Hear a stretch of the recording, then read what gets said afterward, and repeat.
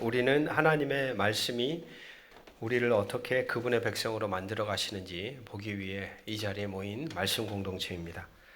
우리 모두 이 사실을 기억합시다. 하나님이 여러분 모두와 함께 하시기를, 당신과도 함께 하시기를. 아멘.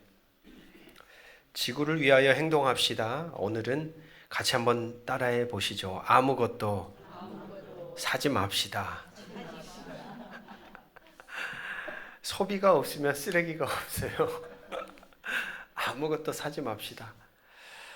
그렇게 사는 것은 불가능해진 시대죠. 우리는 아무것도 사지 않고는 살 수가 없습니다.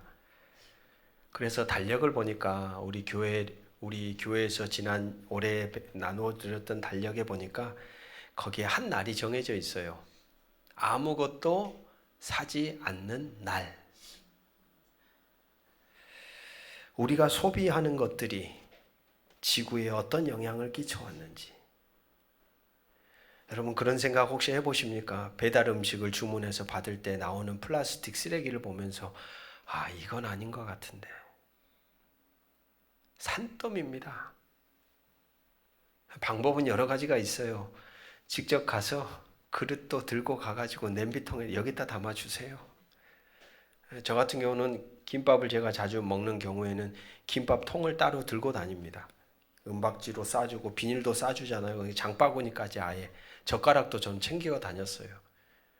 아주 그걸로 챙겨 먹고.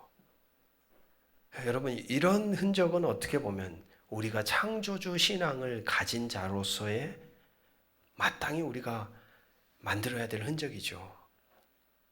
그래서 한 날을 그렇게 정하는 이유는 내가 소비하는 것들이 과연 지구에 어떤 영향을 끼치는지 하루 정도는 우리가 멈춰서 생각해 봐야 되겠다. 이번 주 금요일입니다. 우리 서남교회 식구들은 금요일 날 카드 내역서를 제가 다 그럴 수는 없죠. 이번 주 금요일은 우리가 한 날을 그렇게 정해서 좀 고민해 봤으면 좋겠다. 나의 소비는 거룩한 소비인가? 우리 같이 한번 따라해 봅시다. 돈으로 살 수 없는 것에 소중함을 깨닫게 하소서. 여러분, 우리 자연 만물은 돈으로 살 수가 없습니다. 자연이 신음하고 있어요. 주보에 기재된 대로 오늘은 대림절의 첫 주일입니다. 저와 페이스북 친구인 중앙루터교회 최주원 목사님이 올린 글, 대림절에 대한 글이 있어서 함께 인용하며 첫 시간 함께 나누려고 합니다. 대림절은 기독교 전통에서 예수 그리스도의 탄생을 준비하고 재림을 기다리는 기간입니다. 4주간에 걸쳐서 지내죠. 그 기원은 사실 명확하지가 않습니다.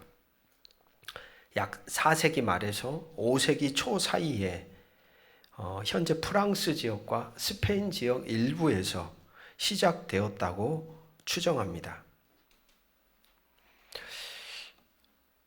이러한 대림절이라는 것은 여러분 한 번에 뚝딱 만들어져서 그게 고정화돼서 쭉 교회 전통에 내려오는 경우는 드뭅니다.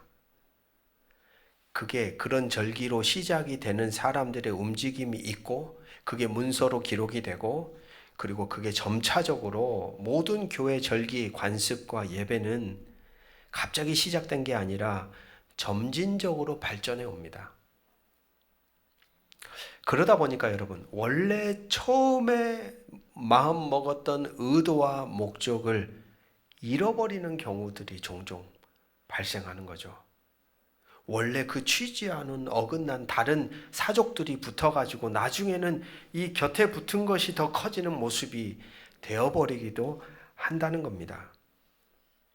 보통 대림절은 작은 사순절로 불립니다. 여러모로 이 사순절이라는 절기와 닮아 있습니다. 특별히 이 두 절기는 두 가지를 꼭 기독교 전통 가운데 강조해 왔습니다. 그게 뭐냐면 금식, 그리고 또 하나가 뭘까요? 기도입니다. 금식과 기도. 대림절을 시작하면서 금식을 작정하시면 어떨까요? 중요한 것은 여러분 어떤 금식인가입니다.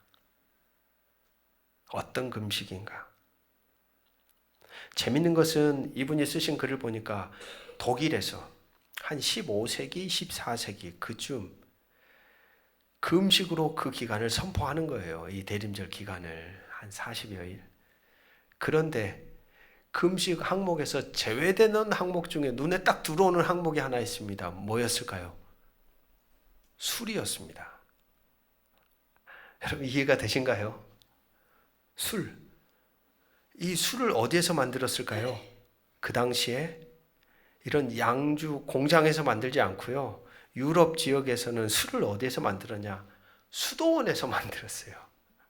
수도원에서. 그러니까 이 대림절 기간에 금식을 선포하면 어떤 물량이 확 늘어날까요? 술의 물량이 늘어나는 거예요. 참 아이러니하죠. 금식 기간인데 그래서 술은 제외시키고 그걸 지켰다라는 그 유럽 독일에 있었던 흔적이 있다는 거예요. 본래의 목적이 무엇이었을까? 그 취지가 무엇이었을까? 참 생각하게 되는 지점이죠. 여러분 교회 역사에서 금식이나 기도만큼 왜곡되게 이해되어진 것도 없습니다. 성경이 가르치는 금식은 개인의 건강을 위한 단식이 아닙니다. 그리고 어떤 대상에게 자기의 의지를 관철시키는 수단은 더더욱 아닙니다. 그런 것과 사실은 성경은 아무 상관이 없다고 얘기합니다.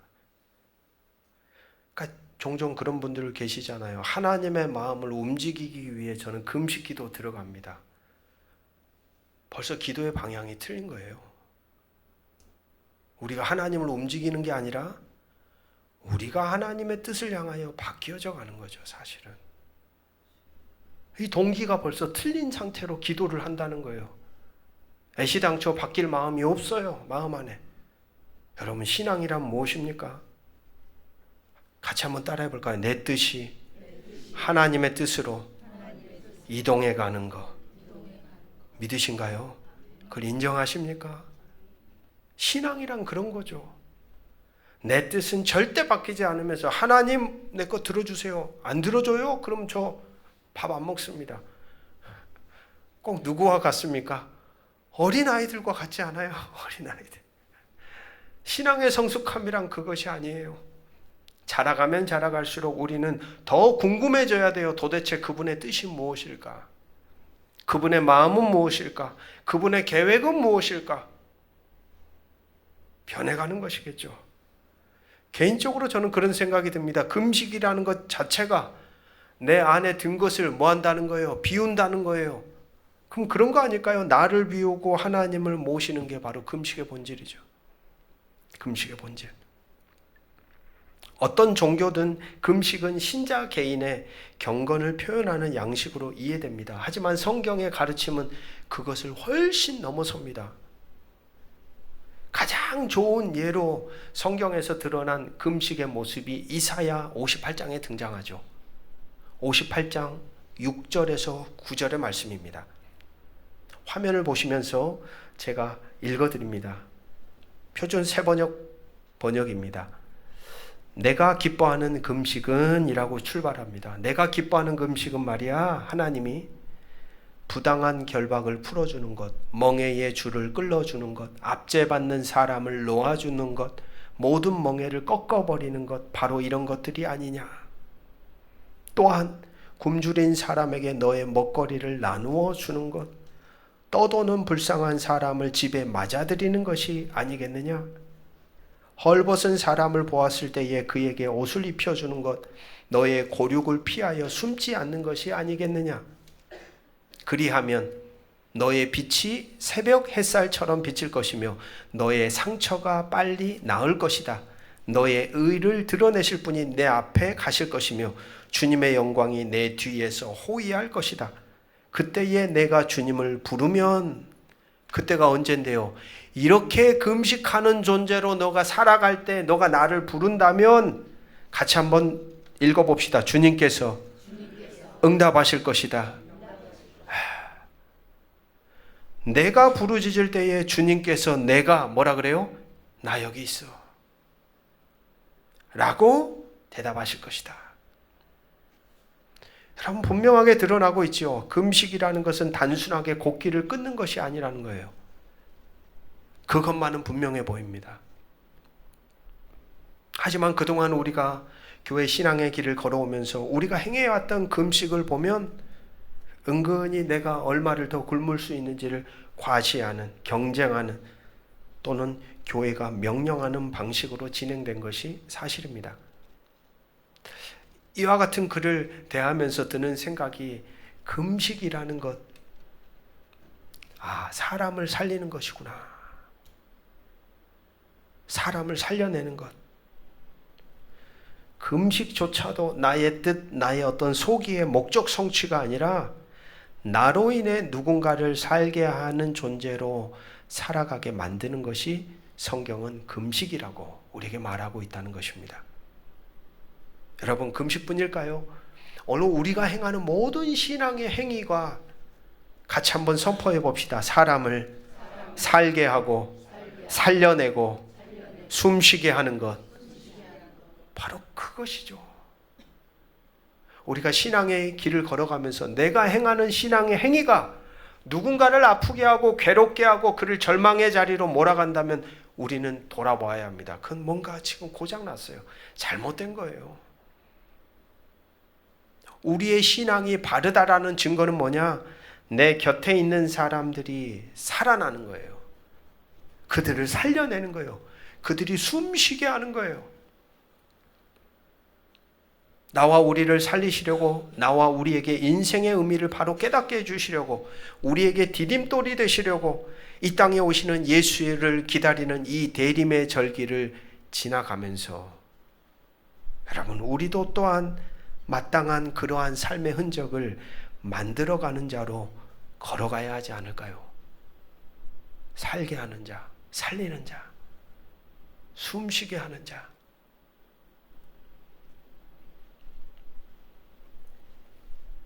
계속되는 이 흔적을 놓고 한 가지 이야기를 더 나누어 봅니다.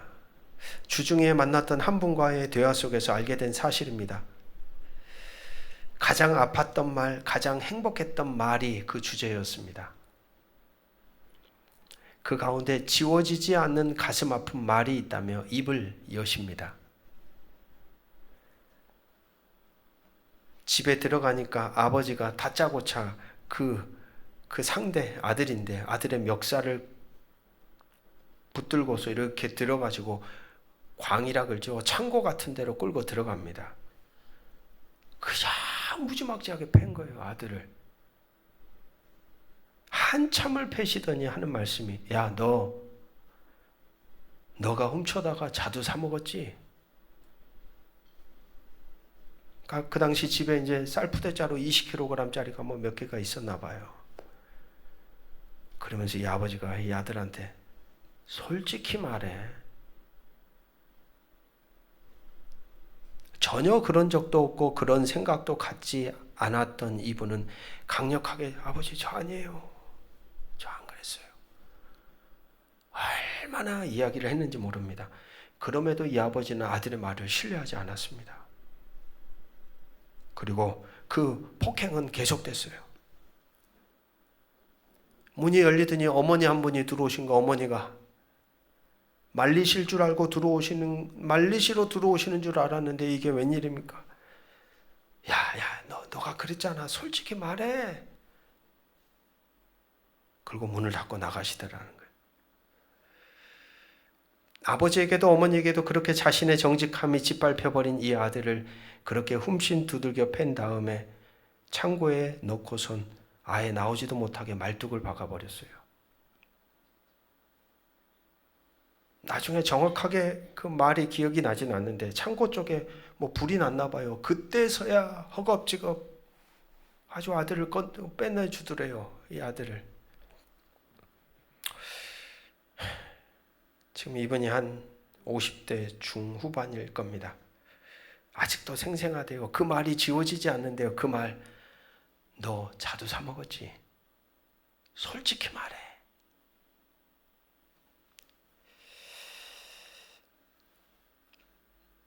이제 후에 알게 된 사실이 뭔 줄 아세요? 그때가 초등학교 5, 6학년이었는데 시간이 흐르고 40세가 되었을 때 자기보다 4살 어린 여동생이 자기한테 와서 그런, 그때 오빠 내가 그랬어. 아버지가 너무 무섭게 하니까 차마 입이 떨어지지 않았어. 그때서야 미안했다고. 기가 막힌 것은 아버지와 그 이야기를 나눌 기회가 있어서 이야기를 나누었는데 정작 아버지는 그때의 사건을 전혀 기억하지 못한다는 겁니다. 아프게 한 당사자는 기억하지 못하고 아픔과 슬픔과 고통과 분노가 새겨진 몸과 마음은 끌어안고 살아야 하는 몫은 아들의 것이었어요. 이야기를 듣는데 제가 눈물이 확 나더라고요. 세상에 어떻게 사셨을까? 그 초등학교 5학년.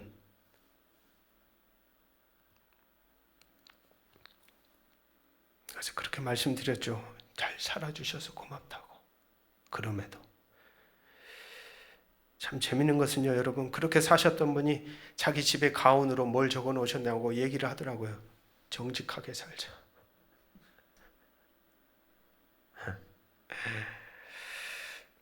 대부분의 아픔과 상처, 고통, 괴로움은 여러분 가장 가까운 이들로부터 출발합니다. 참 아이러니한 거 아닌가요? 행복하기 위해서 가정을 이루었고, 행복하기 위해 우리는 만났고, 행복하기 위해 서로 복되려고, 서로 기대려고 연합하고 자녀들을 그렇게 힘겹게 양육하고 산 것인데, 지워지지 않을 가장 행복한 말, 행복한 흔적이 아니라 지우고 싶어도 지워지지 않는 상처를 새겨가는 사람들이 되어버리는 경우들이 참 많습니다. 오늘 이 자리에 함께하는 사랑하는 말씀의 동역자 여러분, 시간이 그렇게 많지 않습니다. 반드시 이 존재 안에 담겨진 것은 어느 순간인가 반드시 표출되게 돼 있어요. 이게 뭐 되지 않으면, 소화되지 않으면, 매듭지어지지 않으면 어느 순간인가 사람이라는 존재는 기계가 아닙니다. 어느 한 군데가 고장이 나서 툭 하고 터져나오는 거예요. 사람은. 우리에게 주어진 시간이 많지 않아요. 저는 순식간에 우리의 인생에 우리는 마지막의 자리에 서게 될 겁니다. 부부간에 어떠신가요? 저도 잘 못하면서 저도 제 자신을 돌아봅니다. 자녀와 부모 간에는 또한 어떻습니까? 좀 더 넓혀볼까요? 신앙의 길을 걸어간다고 함께 그리스도 예수 안에 모인 성도들 간의 관계는 또한 어떻습니까? 여러분, 제발 지워지지도 않는 가슴 아픈 말을 남겨주는 사람들이 되지 맙시다. 살게 하는 말을 좀 남겨줬으면 좋겠어요. 살게 하는 말. 기억하면 그래도 살아야지. 저 사람이 나를 이렇게 여겨줬는데 그래도 내가 소망을 갖고 살아야지. 그것이 하나님 나라가 아닐까. 그것이 바로 바른 신앙인들의 흔적입니다. 사람을 살리는 자로, 사람을 살게 하는 자로, 사람을 숨쉬게 하는 자로, 상처를 싸매어주는 자로 우리의 인생을 그런 흔적으로 좀 새겨가시면 좋겠습니다. 할렐루야. 오늘 본문을 봅니다. 하나님은 자신과 특별하게 언약적 관계를 맺은 이들에 대하여 결코 침묵하지 않습니다.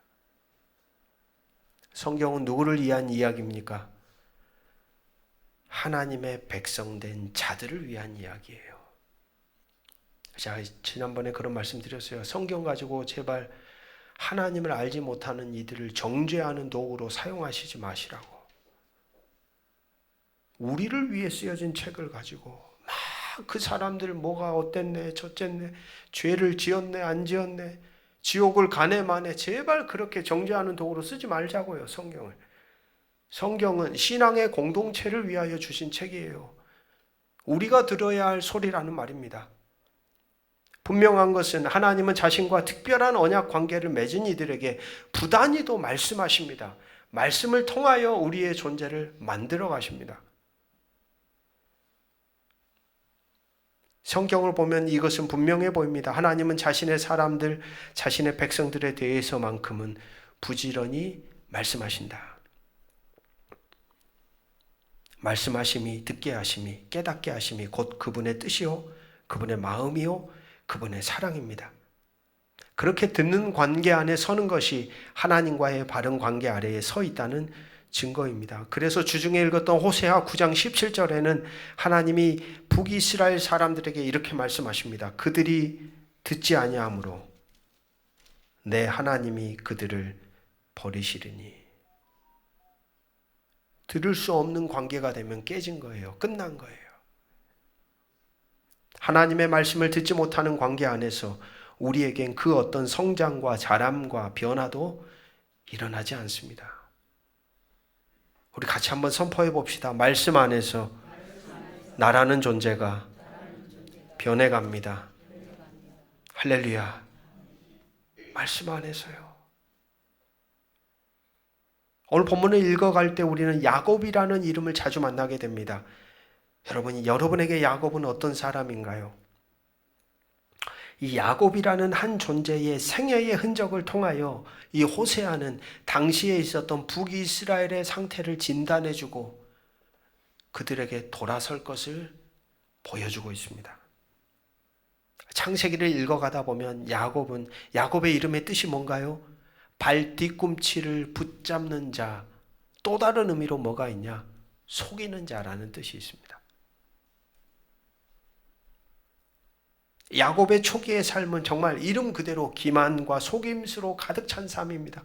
아버지를 속이잖아요. 아버지 축복받을 때 이렇게 형처럼 자기를 꾸미고 형을 또 속이고, 라반 삼촌 댁 가서는 어떻습니까? 자기의 머리를 막 써가지고 자기 소유를 부풀리기 위해서 진짜 치열하게 살았던 사람입니다. 꼭 그와 같은 모습이 현재 북이스라엘의 현재 상태와 같습니다. 오늘 11장 12절 말씀 보십시오. 에브라임은 거짓으로, 이스라엘 족속은 속임수로 나를 에워쌌고, 유다는 하나님 곧 신실하시고 거룩하신 자에 대하여 정함이 없도다. 선조 야곱의 모습과 참으로 닮았다는 거죠. 그리고 그들의 모습에 대해 7절, 8절 말씀입니다. 공동 번역 성경으로 읽어드립니다. 거짓 저울을 손에 들고 남을 속이거나 좋아하는 가난한 놈 같은 것들, 나는 정말 부자가 되었다. 한몫 단단히 잡았거든. 이 손이 닳도록 벌었는데 누가 나를 부정축제했다고 하랴? 라고 에브라임은 말한다마는. 여러분, 이런 사람들 참 무섭죠. 세상이 말하는 그야말로 사회적 지위나 명성, 소유를 거머쥐었을 때 그것이 결과니까 내가 어떤 방식으로 이걸 소유했든지 간에 그건 중요하지 않는 겁니다. 수단 방법 가리지 않고 부정부패하면서 남을 속이면서까지 소유가 많아지면, 참 아이러니한 것은 자신의 부정부패됨까지도 자기가 가진 힘과 권력으로 지울 수 있는 세상이 되어버리는 그런 세상을 우리는 살고 있죠. 원래 오늘 본문 개역 개정에서는 상인으로 번역된 단어가 사실 공동 번역에서는 가나안 사람이라고 명시하고 있습니다. 가나안 사람들은요, 무역에 종사하면서 남을 속이는 술수에 능했던 사람들입니다. 근데 이게 웬일입니까? 그 가나안 사람들을 하나님이 심판하시고 그 땅에 들어가라고 살도록 만들어 놓은 이스라엘 사람들이 그 땅에 딱 들어가서 살았는데 사는 모습이 누구를 닮아가기 시작하는 거예요? 가나안 사람들화 되어버린 거예요. 하나님 나라 백성들이 하나님 앞에서는 가려짐이 없는데 자신들의 존재 흔적들이 그렇게 지워질 수 있다고, 가려질 수 있다고 생각하며 거짓으로 가득한 존재가 되어 살아가고 있었다는 겁니다. 호세아는 북이스라엘 백성이 이러한 야곱의 기만적 성격과 속이는 삶이 비슷하다라고 지적합니다. 즉 위험하다는 겁니다. 중요한 것은 이렇게 속이는 자로 살았던 야곱의 인생에 터닝 포인트가 있었죠. 그의 인생이 완전히 뒤바뀌어지는 지점이 한 지점이 있습니다.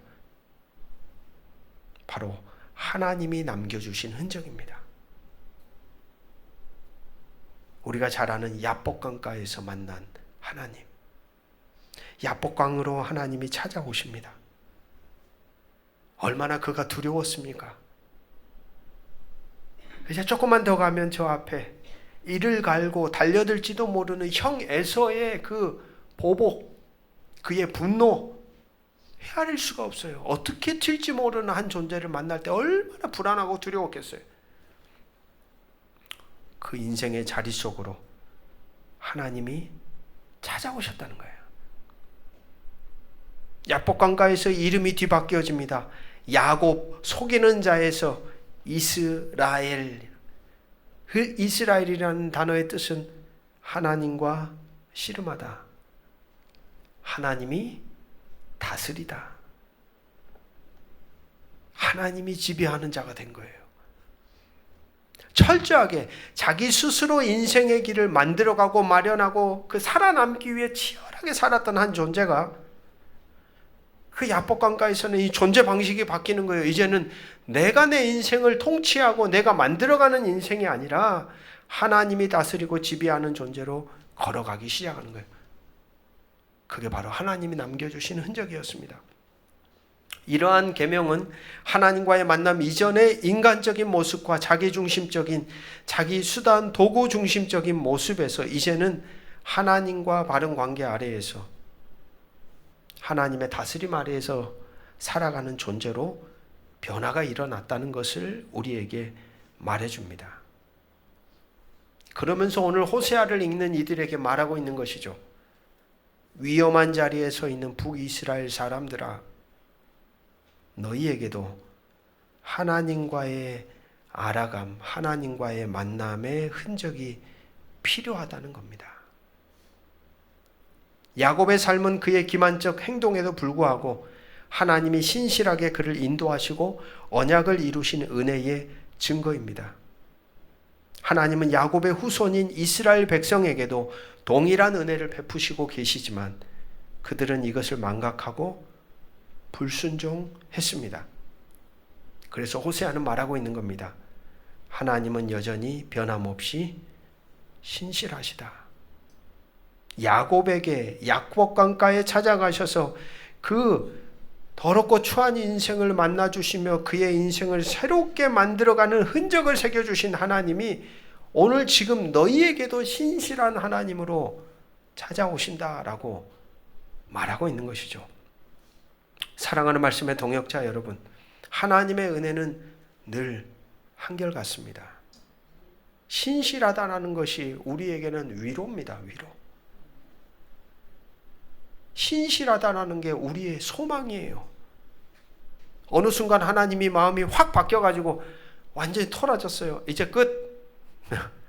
예전에는 그렇게 품어주셨던 안아줬던 넓은 품이 무색하게 갔더니 아니야 이제 끝이었어. 나 이제 마음 변했거든 이러신다면 그 앞에 설 수 있는 인생이 과연 누가 있을까요?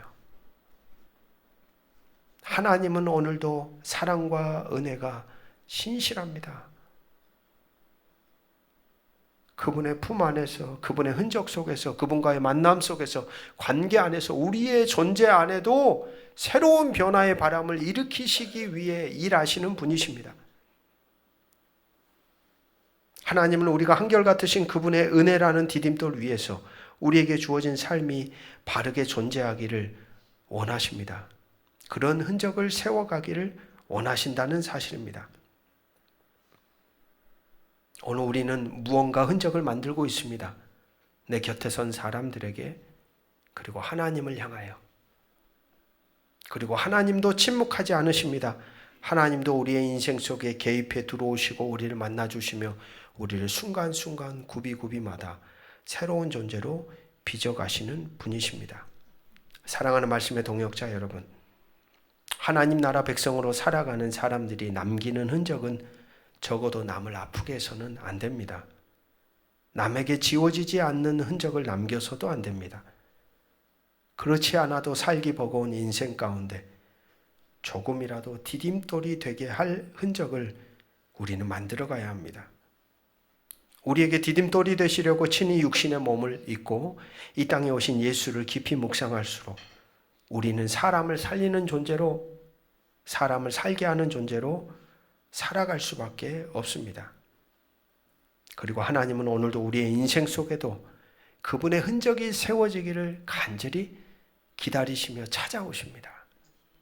그 만남 속에 저와 여러분이 인생을 디디고 서시기를 소망합니다. 그 흔적 속에 우리도 하나님이 그토록 원하시는 인애와 정의가 새겨지는 하나님의 나라를 가득 채워가는 복된 존재로 살아가는 한 주가 되시기를 주의 이름으로 축복합니다. 기도하겠습니다. 모든 지각에 뛰어난 하나님의 평강이 그리스도 예수 안에서 너희 마음과 생각을 지키시리라. 주님, 우리의 모든 흔적이 당신 앞에 새겨지고 그 무엇도 가려질 수 없음을 깨닫습니다.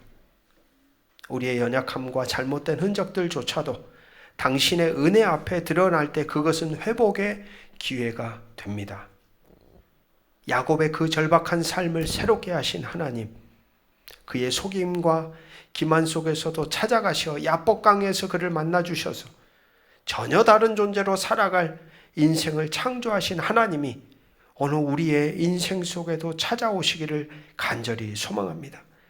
우리가 걸어온 길이 어그러지고 남긴 흔적이 때로는 상처와 아픔으로 얼룩졌을지라도 당신의 사랑으로 순간순간마다 새로운 흔적들을 만남 속에 새기시고 우리를 창조해 가 주시옵소서. 오늘 이 순간 당신 앞에 우리의 흔적을 고백하며 새롭게 시작하길 원합니다. 우리의 삶을 통해 당신의 영광이 드러나고 우리의 존재가 당신의 뜻을 이루는 선한 도구가 되게 하여 주시옵소서. 주 예수 그리스도 이름으로 간절히 기도합니다. 아멘.